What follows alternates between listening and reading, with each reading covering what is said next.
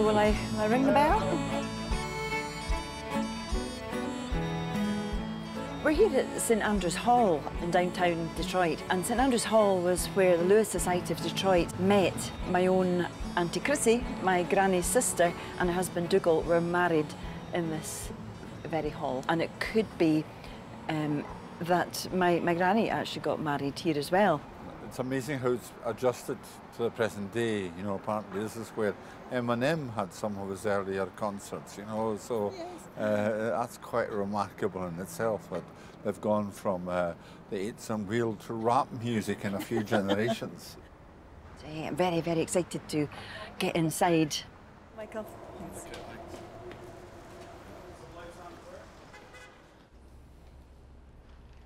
Wonderful. Wow. It's lovely, isn't it? Wow. Donald, look, the society room. Oh, that's the Lewis Society room. Lewis, yes. One of the biggest misconceptions in Detroit is that it used to be a church. So everyone comes here like, oh, well, this used to be a church, right? Yes. Well, my grandparents, who were from the island of Lewis, they met here in this building. So this was very much central to their social lives. So we're just so grateful to get inside and have a wee look. You know, if the sort of interior is pretty much as how it would have been in the 20s? So we have not changed any of the woodwork, the doors, all that stuff is still the same. The original structure of the building, the balcony's the same. Would they have had a bar? No, I doubt it. No, yeah. I'm not saying that they didn't drink in this building. I'm saying that they didn't have the bar. Did you want to go on stage? On stage? I would love to go on stage. Wow.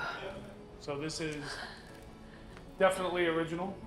It just feels incredible to be standing here on the stage in St Andrew's Hall. Just to imagine all those, say back then, weeking round the hall in a great whirl of Highland Scotishes. Sadly, there's no piano here for me to have a wee tinkle on, which would just be the icing on the cake, to have a wee tune here. But no, it's just great to be here. Amazing. Just amazing.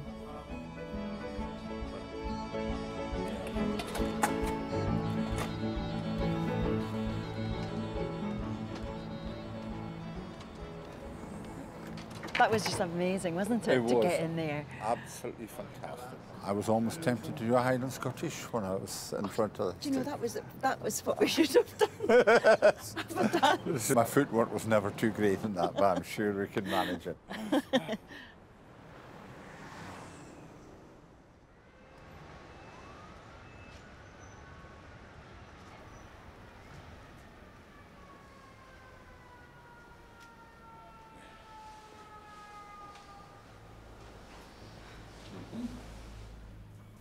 Felt very sorry for Liza over the last few days, because Liza, I think, is 5'3", and so therefore she's had the sofa bed and I've had the big bed. Shattering all the illusions, Donald, about the high life we're living here. Only a week and I'm already doing his washing, Magnus. It's very much a city of incredible contrasts, yes. I think. Yes. Because much of downtown has a very slick and prosperous sort of feel to it. Yeah. But as soon as you move out of the downtown, some areas are just really, really bad. Full of poverty, deprivation. You don't go there. Yes. Definitely not at night. I find that taking photos is, really, really important in terms of stimulating the imagination. I also sometimes write, kind of 4 lines of verse or something like that. This is the genesis of an idea rather than anything else. There's a medley of voices in these streets, different tones and rhythms as I shift along my feet, not the notes and sounds that I have always known, but 1,000 different languages that make me feel alone. So that was my thought pattern in there. I've been doing something similar. I've really been making a lot of notes of what we've been doing every day, impressions, thoughts, little incidents, things that I've found in the library. For instance, coming across what I think might be my granny's brother, Donald, who was John Angus Kennedy, who she came over on the Mhetagama with, and who was a boxer.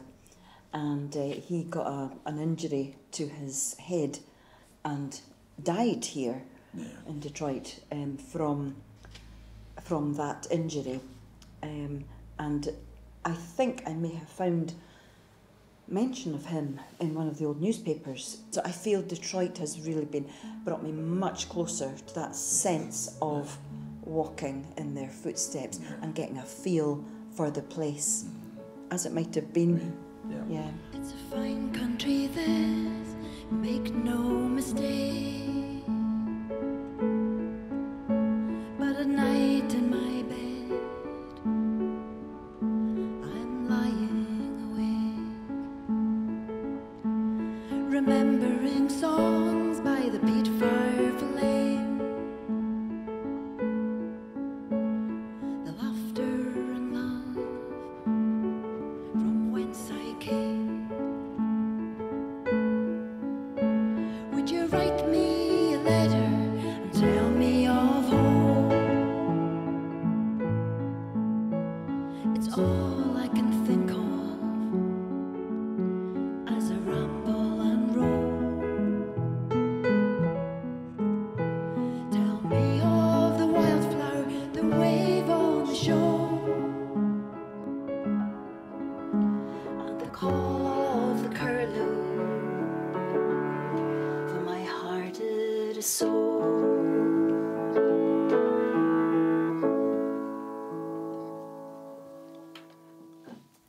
This song is called Would You Write Me a Letter?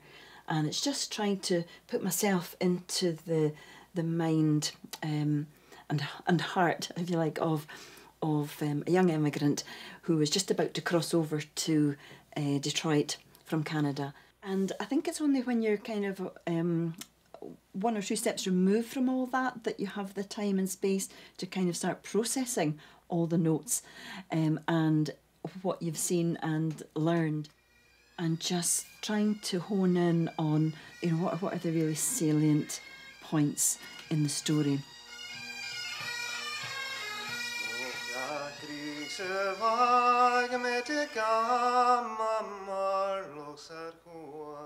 It took some time after returning home to process it all and gradually start to think about composing music and songs. I think it's very important to remember, because with the passing of time, with the passing of generations, so much can get lost. So I would hope that audiences would learn quite a lot from all the research that has gone into it. These are real people, real lives, real experiences, and the subject matter is hugely emotional.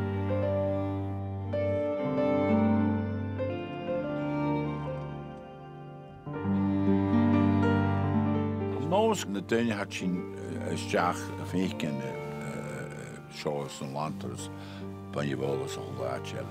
Gur as féin amach bacan mína jachtrí. Ach, am hínas meinocha rud a hannes cuirm-chiùil sin féin amach déman na duine fàgail. Haní facts ach feelings ha cuirm-chiùil.